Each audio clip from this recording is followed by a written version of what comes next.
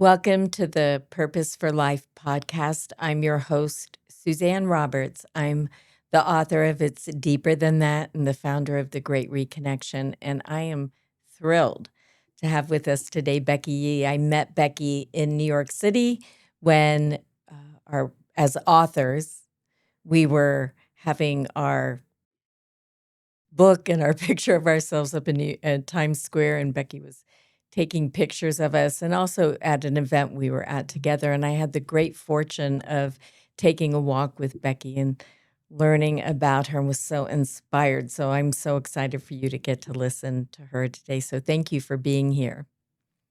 Thank you for having me. So Becky, when we were walking and I asked you, what is it that fascinated you about taking images, and what did you see in the image? And you shared with me your life story. Would you take us on a journey through your life so we can understand what motivated you? Sure. I went to many different schools when I was a young kid.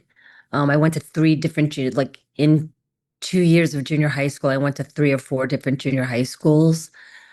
I only went to one high school, but I went to maybe four kindergarten, like four elementary schools. So I went to a lot of different schools and I was always a new kid. And I always felt like, okay, I have to like make friends really quickly and I have to be perfectly fine with saying goodbye to them in a year because my parents are probably going to move somewhere. So I became a photographer and I've always loved photography for the fact that it preserves an ephemeral, fleeting moment of us sharing together, and I can take it with me and I can touch it. It makes a moment, an ephemeral moment, a tangible item that I can just put in my pocket and walk away with it and be happy for that connection. So the photos that I take, I always try to make heart to heart connections and share a moment, because that to me is the meaning of life. Like, what do we do? It's like I make a heart to heart connection with you and I share a moment. And that's something that no one can ever take away from me. And that's what makes my life rich. And that's what I really love about photography and connecting and meeting people and traveling around the world. And you've had the opportunity to travel and photograph Yeah. many, many different things, right? Yeah.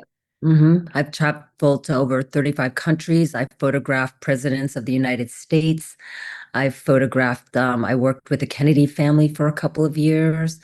Tons of people, Nancy Pelosi, Stephen Colbert, Rosie Perez. I think I just photographed Mark Hamill, which is kind of like a little bit of a dream for me from Star Wars, from the Star Wars people. I got to meet Mark Hamill. I got like a selfie with Mark Hamill. I was really excited. That's great. And Magic Johnson, and but also everyone that's in front of my camera is a magical person. Like, in order for them to be standing in front of my camera, they had to live some life. And Mm-hmm. let's face it, life isn't always a straight line. And no matter what you see in front of you, that person may have been through a lot in order for them to be standing in front of you. So you may be judging again about this whole like full spectrum of who a person is. That person is standing in front of my camera, but there's so much more than that person standing in front of my camera. It's 40 years previously, 60 years previously of life that they lived that has shaped them and molded them to the person that is standing in front of me. And I love to see all of that. Like I love like everyone is very beautiful and soulful in their own way. And I hope to capture that when I photograph them. That is so beautiful. When you're with someone, do you work to create that heart connection with someone before you take their picture? And how do you, when you're looking through your lens, how do you begin to see that soulfulness emerge? I mean, it's something like when I look through my lens, it's something like their heart actually opens up and they trust me. And you make it really, you can feel it coming through the lens. And a lot of times when you're with celebrities, they're used to getting their photo taken and they can have like kind of a wall in front of them. And it's really hard. But sometimes you've got like 1 minute to break through, get them to trust you and say, hey, I'm a cool person. I see you. I think one time I was like talking to someone, and I mean, look, celebrities, like when you photograph celebrities, you get 1 minute. There's usually they have a 15-minute interviews with the video, and then you photograph them for 1 minute, but you're like 2 4 hours setting up, and then you got 1 minute to like shoot a cover of something, or it's very stressful. But I think if you're just authentic and real, and you give people space where they can be themselves, and that you can also be yourself. The more authentic you are, the more authentic the person is, like your mirror. Like you're giving them license to be themselves when you yourself are yourself. You talked about in the very beginning this ephemeral moment, right? To Mhm. capture. And what you're doing in that 1 minute is that very same thing, but Yeah. it's a thing that we need to be doing as human beings with each Yeah. other. While you're Yes. photographing, you're doing a sociological experiment for how to be Yeah. better human beings together. Yes. Right? It's really, really powerful because you have Yeah. a you have 1 minute to One disarm minute. yourself Yeah. I to mean, the right? thing is, what I always love, like, I love the whole thing. Like when you get to know, like if I'm photographing a celebrity that I've never met before, like I usually do like a deep dive. I'll Google them, I'll find out their childhood likes, that things that they hate, like anything that I can talk to them about. One time I didn't really know anything about this celebrity because I was a photographer in Japan, and he was like a big celebrity in Japan, but I had no idea because I didn't grow up in Japan. I was just living there and working. And I read that he recently shot a movie in Taiwan and that he likes speaking Chinese. He's Japanese, but he likes speaking Chinese. And I'm Chinese American, but I speak Japanese, right? So I'm speaking to him in Japanese, and he was like hating on me. He was like, basically, it was a crazy shoot because they were doing, like they do every 15 minutes, they're doing a different shoot, right? And the shoot and they didn't feed him at all. It's like 8 at nighttime. No one on set has gotten any food, right? And I'm photographing him in front of his favorite food, and he can't eat it because we need it for the photos. So he's sitting there with like chopsticks in his hands, like angry, angry. And then I was like, "Hey, I heard you were in Taiwan. I'm Chinese." Like, what? You're Chinese? Because we're speaking in Japanese. He just assumed I was Japanese. And then he's like, started speaking to me in Chinese. Like, okay, let's pull it back. I'm Chinese American. I actually don't speak Chinese, but I'm fluent in Japanese and English, and that's it. Right. And he was laughing, and like he went from being like closed off to like just being like my best friend. And like, and even the makeup artist, I wound up becoming friends with the makeup artist on that set. And she's like, "Oh my God, how did you even do that? He is so closed. He's like a closed book." And I was like, I just get them talking about something that they love. People love talking about themselves and things that they like. So if you can find something that they like that makes them like joyful, like it'll be great. And that's anyone. Even like, you know, you can anyone I photograph, I treat them with the same amount of respect that I would treat the president of the United States. I honor them, I honor their journey, everything that they went through to get here in front of my camera, and I hope to capture their story in 1 second. They've had their whole life to tell their story. When you're an author, you have a whole book. You've got hundreds of pages to tell your story. When you have a photograph, you have 1 second, Mm. 1 second to tell your story. How can you tell your story in 1 second? And Can you? yeah, that's what I like to do. Yes, That's what thank I you. enjoy doing. And you were talking before we got on about the multiple dimensions of people, Yes. and talk a little bit more about that. When we look at someone like, okay, you're an author. That's all I see you as. You're a successful businesswoman. That's all I see you as. They don't see you as a mom, a wife, a lover, you know? So there's like things that you have to understand. These people have other lives besides the life you're interacting with them in. And we all have different sides to us. And when we're around people, they push and pull different parts of our personality to the front or they push it to the back. So, what I like to try and do, what if we just gave space for everyone to be the full spectrum of who they are?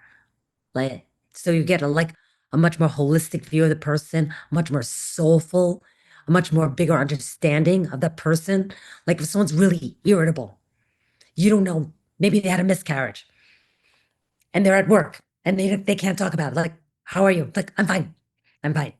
No, I'm not fine, but I cannot tell you I just had a miscarriage and I have to be here at work right now and get this work done. Right. But what if, like, I feel like lots of female entrepreneurs, they're willing to allow that person to have an emotional side and a business side. I believe that you can get through your professional and you can do the job well, but I also believe that you're a human being, that you hurt, you breathe, things go on in your life that I have no understanding of. But I'll give you the space to just be. Like one time I was literally in Paris. I was shooting in Paris and I'd just broken up with like an 8-year relationship. And I was upset. Like I cry. I'm a water sign. I cry all the time. And she's like, "So how's it going?" And she knew that I broke up with this guy. And so I was like, I cried for about 5 minutes. She's like, "Okay, now let's get to work." Like she's like, "All right, yep, cry it out, girl, but we're gonna get to work right now. Let's go." You know? But she allowed me, like I didn't feel bad about being vulnerable at that moment. Sometimes I feel like be strong, like my partner, my fiance never cries. He never cries. And I was like, how do you do that? I just never cry. And I was just like, what? You know, I'm sure you're sad sometimes. I'm sure upset. Why can't you just, you know, embrace that side to you and not be ashamed of it? Like, love our shadow. If I realized the more I loved my weaknesses and my vulnerabilities, I was also able to acknowledge and appreciate my strengths and all my talents. Lots of times we like have a tendency, this is one thing from decades of being a photographer. Every single person that gets in front of my camera, when I compliment them, they deny, deflect, or reject the compliment immediately. That's the first reaction. I was like, oh my God, you're so beautiful. Oh, I'm so old. Oh, my wrinkles. Oh, I'm so bloated. Oh, I feel so fat today. The first thing you do is insult yourself. And I wish I want to do this like whole thing. And I think I want to do like on retreats, like a thank you. It's true, where people just compliment you. And all you could say is, thank you. It's true. Mm-hmm. Yes. And just nothing else. No deflections. No excuses. Like, oh, it really wasn't me. It's my team that did it. Like, of course, you have to be kind, but there's also, I notice it more in women Mm-hmm. that they really tend to deflect, reject, and neglect the compliments that are giving to them. I wish that people would realize that they're awesome, beautiful, amazing, incredible, magical beings of light. And I was going to ask you, sort of answered this a little bit, but I'd like you to dig in a little deeper. How do you give yourself the space inside of you to accept all of your different dimensions? And are you able to receive compliments? Yes, yes.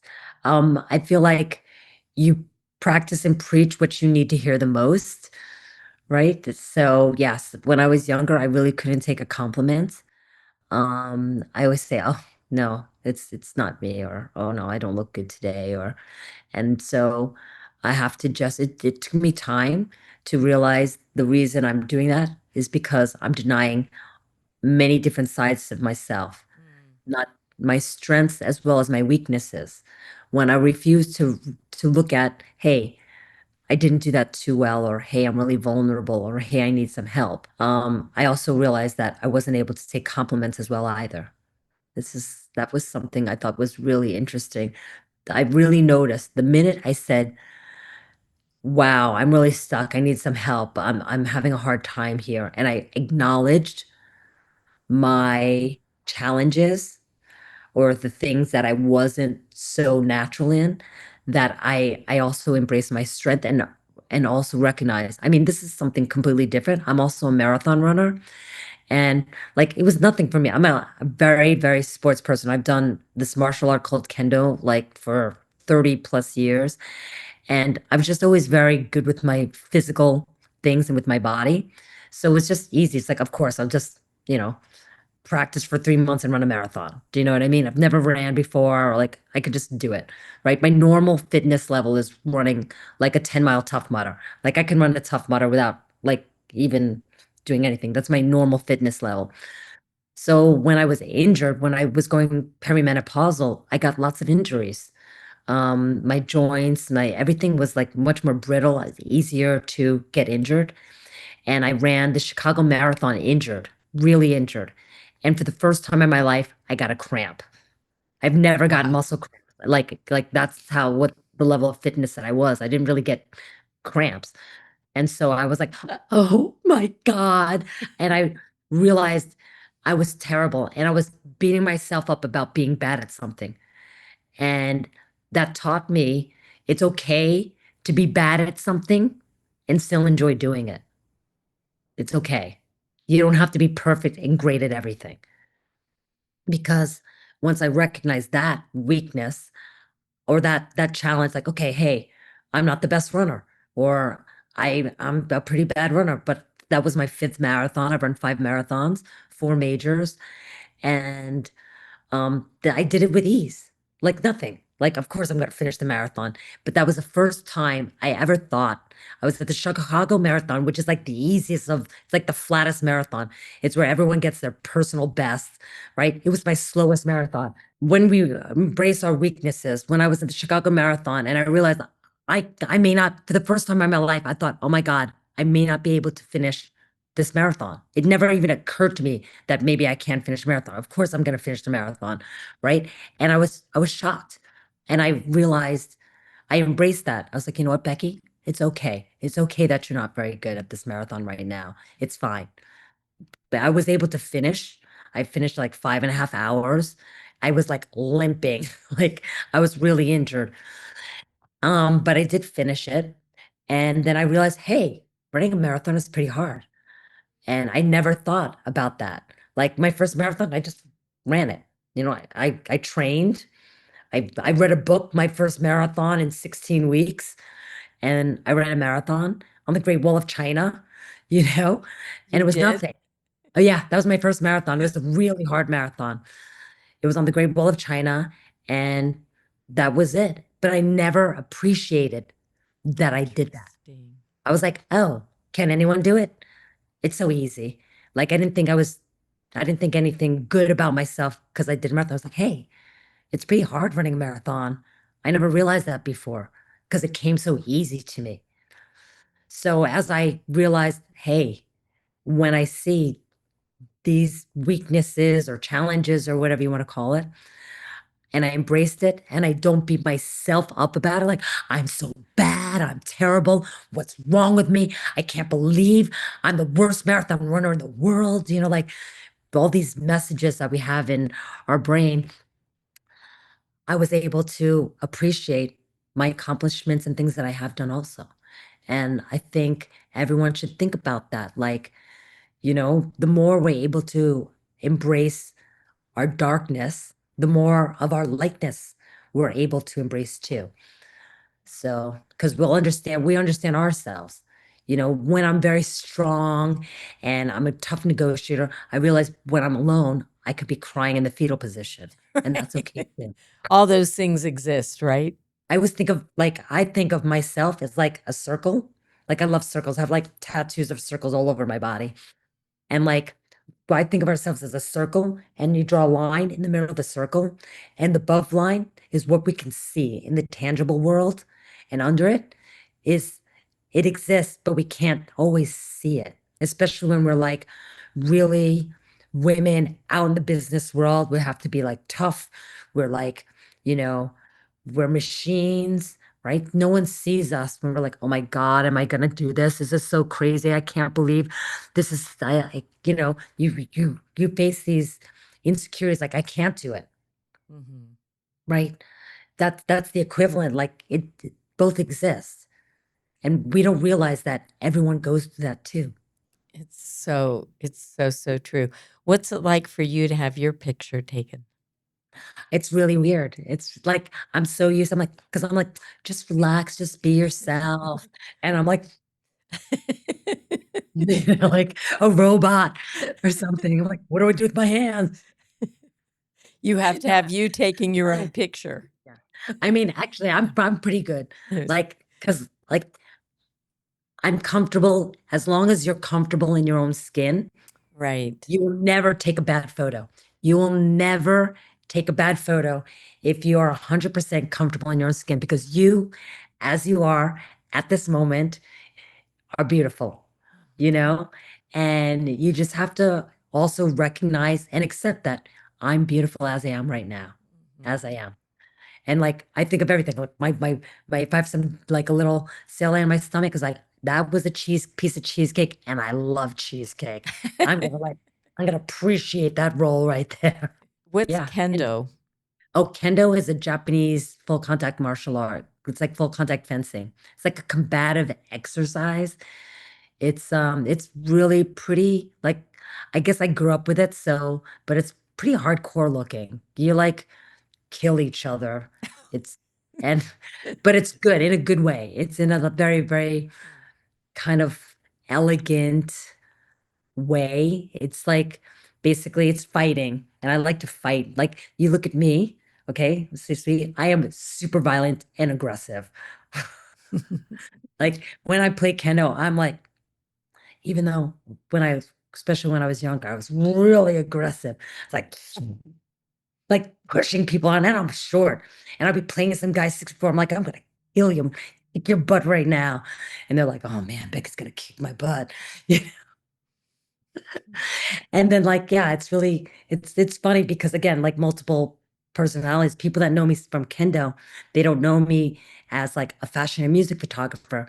So one time I went to like an event, it was like New York Fashion Week, and I'm all like got like a beautiful dress, my hair, my makeup is so pretty. And I went to like a music concert with like a mutual friend. And one of the people in kendo, he introduced me. Oh, this is my sensei, Becky. And his roommate's like, wow, you must be so happy. Your sensei's so beautiful. And he goes, I'm terrified of her. And I was so shocked. I'm like, what? That's me, but that's me being nice, actually. I can be way nastier than that. And he's like, oh. Well, it's so interesting listening to you because the one that cries easily and the one that will kill, they Yeah, yeah, all yeah, of that together. It's just fascinating to listen yeah. to. What do you think you've harnessed from kendo that you've taken into your everyday life? Well, I think Kendall also is heart to heart communications. You were like Interesting. me and you, like you were like, and you're seeing that person's heart, you're seeing their soul. And I love that. Like the kendo, really big kendo masters did the whole thing like Jedi Knights from Star Wars. It all comes from kendo. So kendo is like Jedi Knight training. So like they really read your soul, and it's Mm, beautiful. It's beautiful also to be read because they interesting. see you. They really see you. Like the high level senseis, I will like forever love this one Nanadan sensei. He's a seventh degree sensei. And he goes, Becky, ono no power da ne. I was like, ooh, he's like, Becky, you are a strong part of women's energy. I'm like, yes. You know, he's like, my kendo is very like women's kendo. And like in anything again, like when I'm upset, like again, like when I was upset about some guy breaking up with me, like 1 second, like you kind of bow to your opponent. I bowed. The teacher looked at me 1 second. Becky, what's wrong? I can see it. I can sense your aura, your energy. There's something wrong. I was like, I want to talk about it. No, let's just play kendo. But what it was is that I just broken up with someone, and I just wasn't feeling good. Mm. So that's the other thing. Like when you were in meetings with people and someone bites your head off, they're not really biting your head off about that. There's something else in their life that they maybe can't digest or deal with, and they're just taking it out on you. We're So going to have to begin to wind down today. I feel like I could listen to you for a long, long time. It's very fascinating. Thank you for sharing yourself here with us today. So many well, facets to you. Uh, thank you for having me. You're welcome. This podcast is called Purpose for Life. And what do you think the purpose for life is? I mean, again, be the light you want to see in the universe. So the more you want to see in the universe, if you can be that example. Like I think, okay, purpose of life. My photo studio is called Color Wheel Studios, and I believe that everyone has their own unique color that adds to the palette of this world. So whatever color you are, you could be periwinkle blue, you could be whatever, you could be, you know, white on white. It doesn't matter, but share your colors with the world and share your palette and the unique you that you bring into the world. Share it with the world and make the world a better place. There's a really great words that I love. It's called Shuhari, keep, break, leave.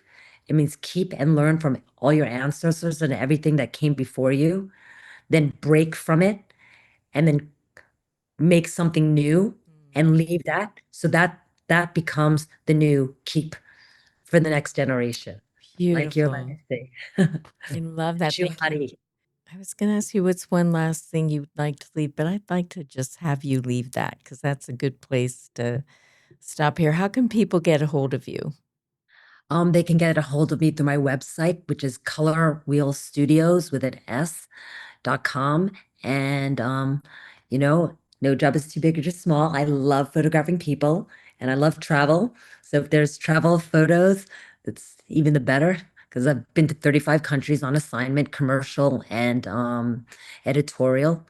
And I just like to share people's stories, like again, to really see like soulful photos, like really get their whole story in 1 second. Nice. That's beautiful. Thank you. Thank you so much for being Thank here today. I actually would love to have you back again and ask more questions. And I'm sure our listeners will get so much out of it. Thank you for being with us today on the Purpose for Life podcast. I'm your host, Suzanne Roberts, and I'm the author of It's Deeper Than That and the founder of the Great Reconnection. Subscribe, and we look forward to have you listening to more. Thank you.